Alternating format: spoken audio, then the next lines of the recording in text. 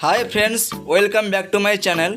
सो friends, आज আমি আপনাদের দেখাবো যে 5mm মিররে কিভাবে ক্লাস্টার ডিজাইন বানানো হয় 4 इंच বাই 4 इंच স্কয়ার, যেটা আমাদের ভি গ্রুপ গ্লাসে যে রকম আছে স্কয়ার সেইভাবে এখানে মিররে আমি ক্লাস্টার ডিজাইন বানাবো। তো সেটা আমি আপনাদের দেখাবো ফুল প্রসেস। তো আপনারা প্রথম থেকে লাস্ট অবধি এই ভিডিওটা দেখুন, তো আপনাদের অবশ্যই ভালো লাগবে। আর ভিডিওটা ভালো লাগলে অবশ্যই একটা লাইক করবেন, আর কীরকম হলো কমেন্টে জানাবেন। আর যদি এই চ্যানেলে নতুন হয়ে থাকেন তাহলে প্লিজ চ্যানেলটাকে সাবস্ক্রাইব করে পাশে থাকা বেল আইকনকে অন করে দিবেন। যখনই আমি এই চ্যানেলে নতুন নতুন গ্লাস ডিজাইন আপলোড করব তার নোটিফিকেশন সবার প্রথমে তাড়াতাড়ি আপনার কাছে পৌঁছে যায়। তো বন্ধুরা দেখুন, আমি গ্লাসের পুরো ড্রয়িং করে নিয়েছি, মার্কিংও করে নিয়েছি, আর 1-2 করে নাম্বারও লিখে নিয়েছি। তো এরপরে আমি এইগুলোকে কাটিং করব। তো বন্ধুরা দেখুন, আমি এবার কাটিং করা স্টার্ট করে দিচ্ছি। আর গ্লাসের সাইজ আমি আপনাদের বলে দিই। তো এই গ্লাসের সাইজ হচ্ছে 4 ফুট বাই 5 ফুট আছে। তো এটাকে আমি ভালো করে মার্কিং করে মেজারমেন্ট করে মার্কিং করে নিয়েছি। তারপরে আমি গ্লাসগুলোকে কাটিং করছি। দেখুন কীভাবে পুরো মার্কিংকে বরাবর পুরো সেমভাবে কাটিং করতে হবে, যেরকম ডিজাইন আছে ওই রকম। না হলে গ্লাসটা বানানোর পরে যখন ফিক্সিং হবে তখন গ্যাপ চলে আসবে। সেই জন্য আমাদের পুরো সেমভাবে কাটিং করতে হবে, আর নাম্বারগুলো লিখে নিতে হবে ভালো করে, যাতে বেভিলিং ও পালিশ করা হওয়ার পরে যেন সেই নাম্বারগুলো না যেন মুছে যায়। মুছে গেলে ফিটিং করার সময় প্রচুর প্রবলেম হয়ে যাবে। তো বন্ধুরা দেখুন, আমি পুরো মিররটা এইভাবে পুরো কাটিং করে নেব। তারপরে আমার কাটিং করা হয়ে গেছে। তারপরে আমি একটা পিসগুলোকে আলাদা করে নিচ্ছি। তো দেখুন, আমি একটা পিসকে আলাদা করছি যাতে কোনাগুলো যাতে না ভাঙে যায়। সেই জন্য আমি ভালো করে একটা পিস পুরো ভালো করে বার করব এইভাবে। তো সাবধানে বার করতে হবে, কোনাগুলো ভেঙে গেলে ফিটিং করার সময় প্রবলেম হয়ে যাবে, কেননা গ্যাপ চলে আসবে, ওখানে দেখতেও বিশ্রী লাগবে, ফিনিশিং আসবে না। এই জন্য আমাকে ভালো করে একটা পিস ভালো করে বার করে নিতে হবে। তো এটা ভালো করে না কাটিং হলে ভেঙেও যায়, সেই জন্য আমি ভালো করে একটা পিস কাটিং করে নেব। তো আপনারা দেখুন।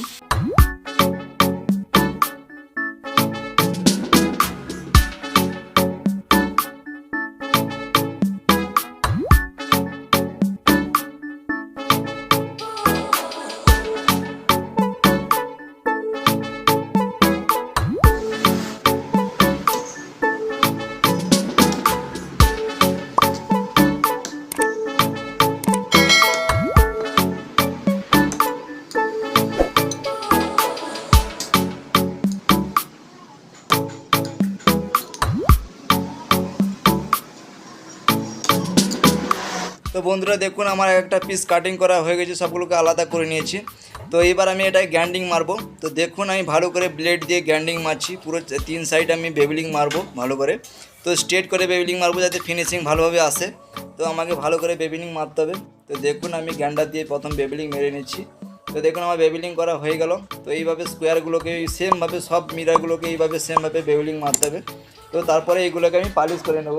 তো দেখুন, আমার বেভেলিং মারা হয়ে গেল। কীভাবে স্কোয়ারগুলোকে বেভেলিং মারছি দেখুন। তো বন্ধু, এইভাবে বেভেলিং মারতে হবে। তো দেখুন, এখানে পালিশ করছে। তো এইগুলোকে সবগুলোকে এখানে পালিশ করে নিতে হবে। তো ভালো করে পালিশ করতে হবে যাতে কোনাগুলো যেন ভেঙে যায়। তো ভেঙে গেলে গ্যাপ চলে আসবে। তো বন্ধুরা দেখুন, এখানে অনেকগুলো মিরর বেভেলিং করে রেখেছি। এখানে একদিকে পালিশ হয়ে গেছে।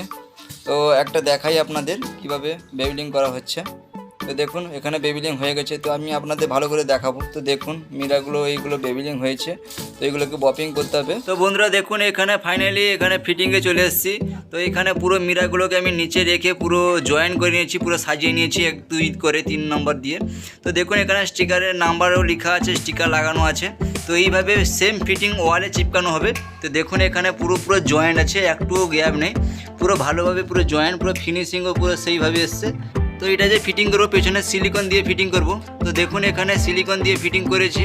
তো এইভাবে পুরোটা ফিটিং করতে হবে।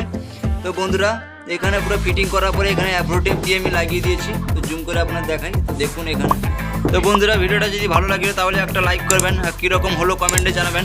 তো দেখা হচ্ছে পরবর্তী নেক্সট ভিডিওতে। ততক্ষণে আপনারা সুস্থ থাকবেন, ভালো থাকবেন। Tata, bye bye.